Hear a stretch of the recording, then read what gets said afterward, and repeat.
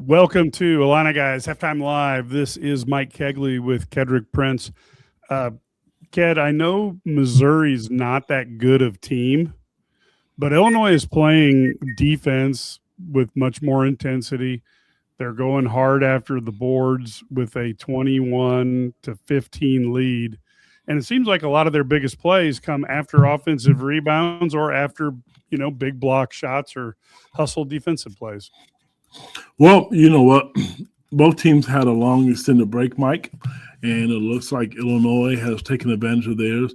Missouri's not a great team, but they have not played a lot. They've not played a tough schedule, but they do average 87 points a game, I believe. Illinois' defensive intensity is extremely different than what it was over about a week ago when they got embarrassed at home in a tough loss against Missouri. So you knew that was going to be an issue, a point of emphasis for Illinois and Brad Underwood. This is great so far, but I want to see this carry on. I don't want to see this change, and today is one game, and then the next game you don't see it. Missouri is a decent team. It's a neutral site. Illinois is a better team, and they're doing this without two or three of their best players right now. That says a lot, Mike. Yeah, and certainly Tomislav still looks a little something. I'm not certain what, little gingerly out there, but boy, I tell you, I've been impressed by Big Z. Zranimir has played well, and we saw that Keaton Wagler has moved up. Wagler has moved up to the 25th ranked freshman in some going to the NBA draft. 25th, and boy, he's starting to play at that level, hitting from all everywhere he can. Boy, offensively, he looks spectacular. Mike, I wrote about Keaton Wagler.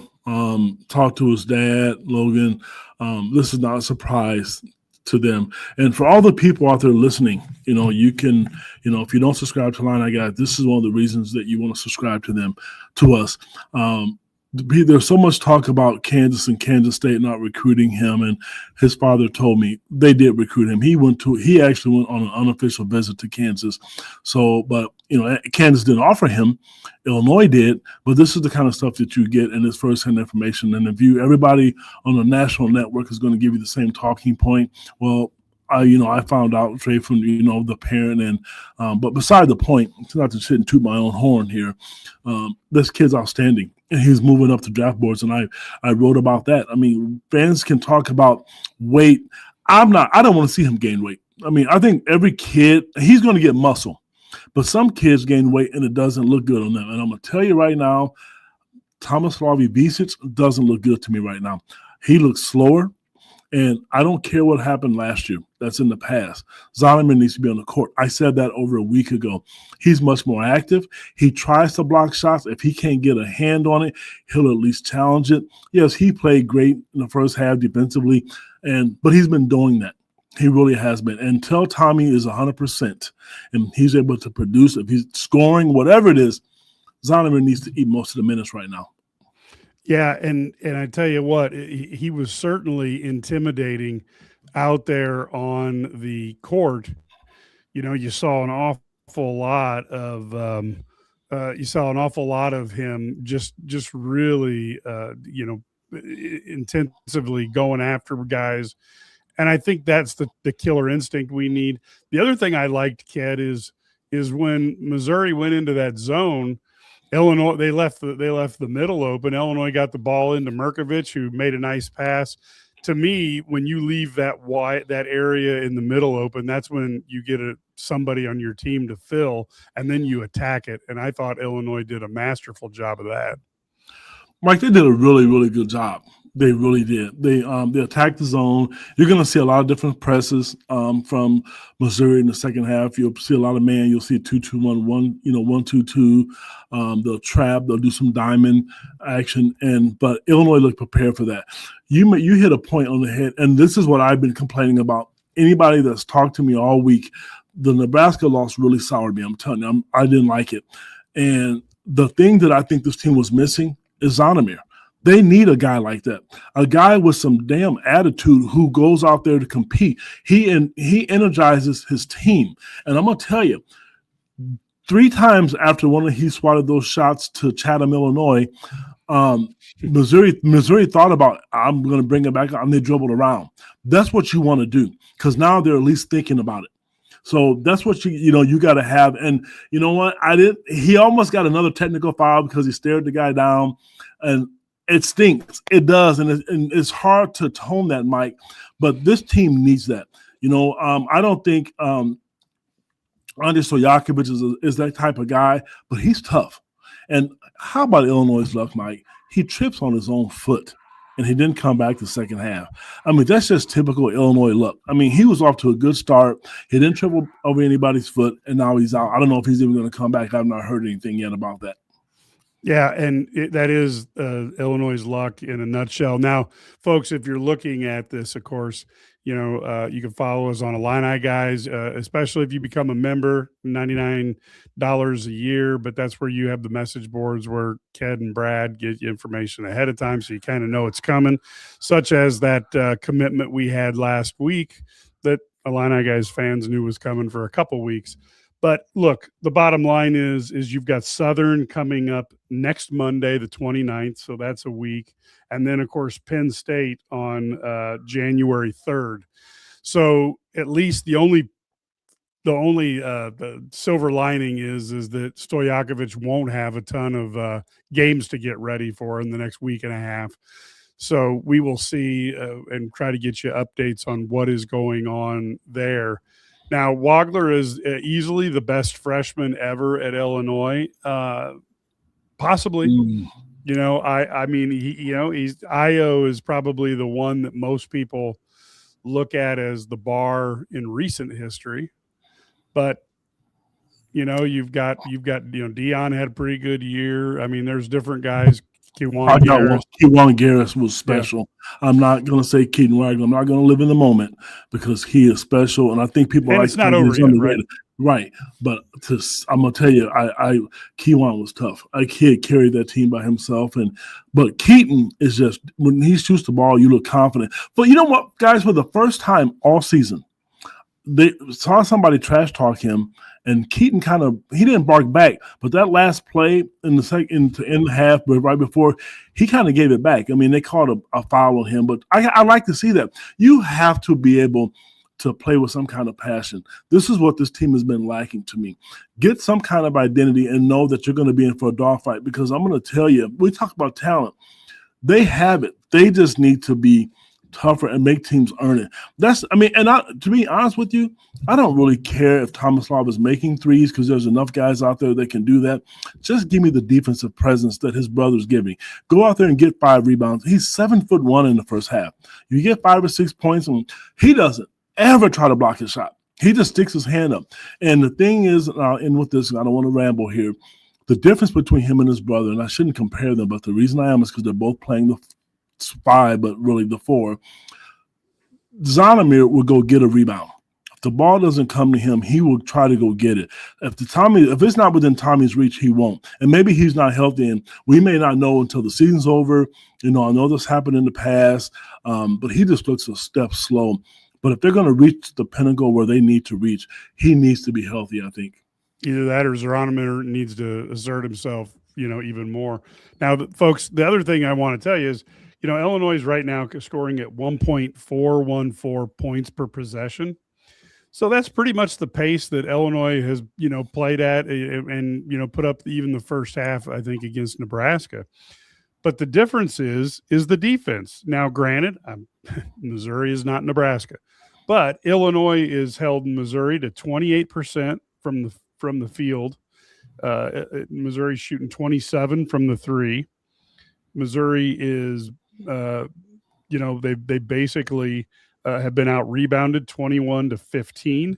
So you're seeing those second chance points. Illinois 18, Missouri 5. So you're seeing that the offense is doing well for the Illini, but the difference in the defense and the difference in the hustle is something that Illinois now has to take this. They've done it for a half. They need to do it for a whole game, And then when they're done doing it for a whole game, they need to do it for two, because we've heard a lot about how the habits that you make are what you become, and Illinois has to become in the habit of hustling and playing defense. That will turn this team around because we know they can shoot. Yeah, we know they can shoot. They're going to make a run, which teams do.